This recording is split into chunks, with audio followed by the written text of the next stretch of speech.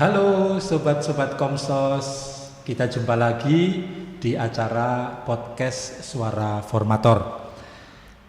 Pada kesempatan kali ini kita akan membahas tema yang menarik, tema yang sering dibicarakan kaum muda zaman sekarang tentang mental health issue.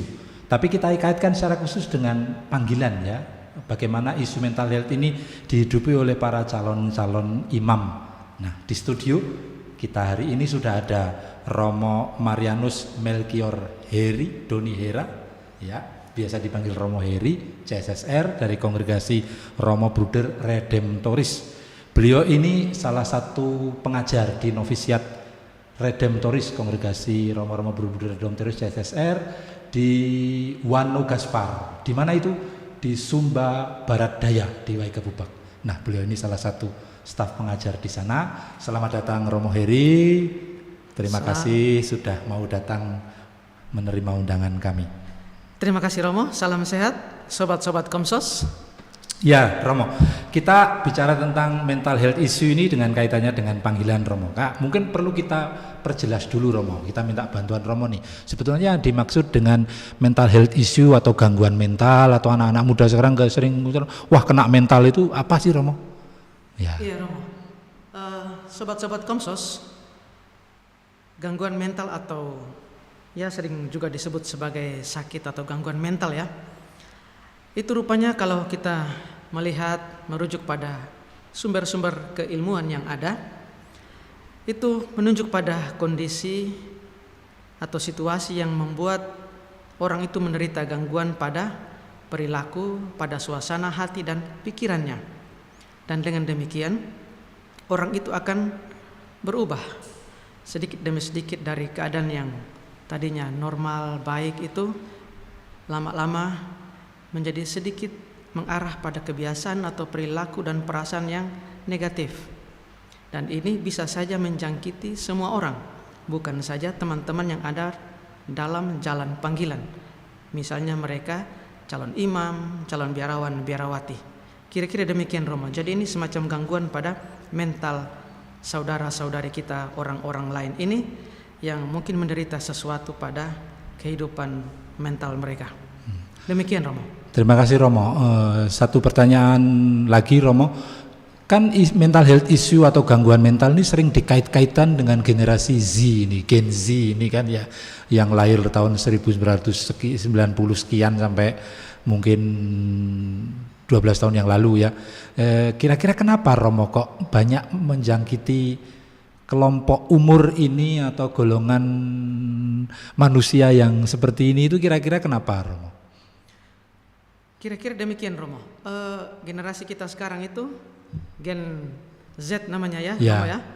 Gen Z itu terdiri dari saudara-saudara kita, orang-orang muda yang sangat bagus pengertiannya, keterampilannya dalam mengolah teknologi, media sosial, tetapi rupanya justru mereka ini rentan terhadap gangguan mental. Dan mereka ini dapat menunjukkan ciri-ciri atau gejala-gejala pada perilaku hidup mereka. Misalnya gangguan pada pola makan mereka, gangguan pada perilaku mereka, gangguan pada emosi, gangguan psikosis. Misalnya kita ingat orang yang halusinasi, bahasa kerennya itu orang-orang halu. Nah, atau juga delusinasi. Lalu juga terakhir bisa jadi gangguan mental ini menampakkan gejala pada kemungkinan menyakiti diri sendiri atau kemudian akhirnya membunuh diri. Demikian ada semacam gejala-gejala seperti itu yang diderita oleh teman-teman kita, orang-orang muda dewasa ini. Kira-kira kalau dalam seminari-seminari kita, Romo kan staf pengajar, mungkin juga formator ya dalam tanda kutip ya, apakah bisa ditemukan kasus-kasus serupa Romo di seminari-seminari kita, tempat pendidikan para calon-calon imam, bruder, suster enggak ya, bruder ya kita Romo? Kasus-kasus yang serupa bisa jadi ada bahkan juga lumayan banyak ya, hanya mungkin tidak terekspos atau tidak didata dengan baik mungkin, tetapi ada saja kita akan temukan di beberapa rumah-rumah formasi, di juga Redemptoris mungkin misalnya, itu ada saja gejala-gejala yang menunjukkan sahabat atau saudara muda kita ini di jalan panggilan sebagai generasi muda menderita gangguan mental.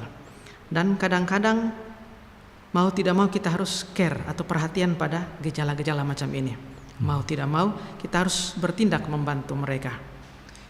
Langkah konkret misalnya 1-2 langkah konkret yang misalnya dalam kongregasi Romo terapkan untuk membantu saudara-saudara muda kita ini supaya lebih mantap dalam menampaki jalan panggilan, kira-kira apa, Romo?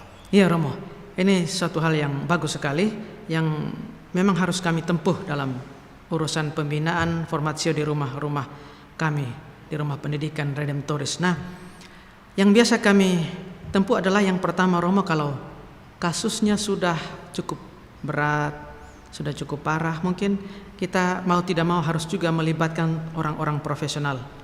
Mungkin disarankan untuk konseling atau terapi psikologis, bahkan menjumpai psikolog dan orang-orang profesional seperti itu. Lalu yang kedua, tidak lupa kita mengolah rohani kita, Romo.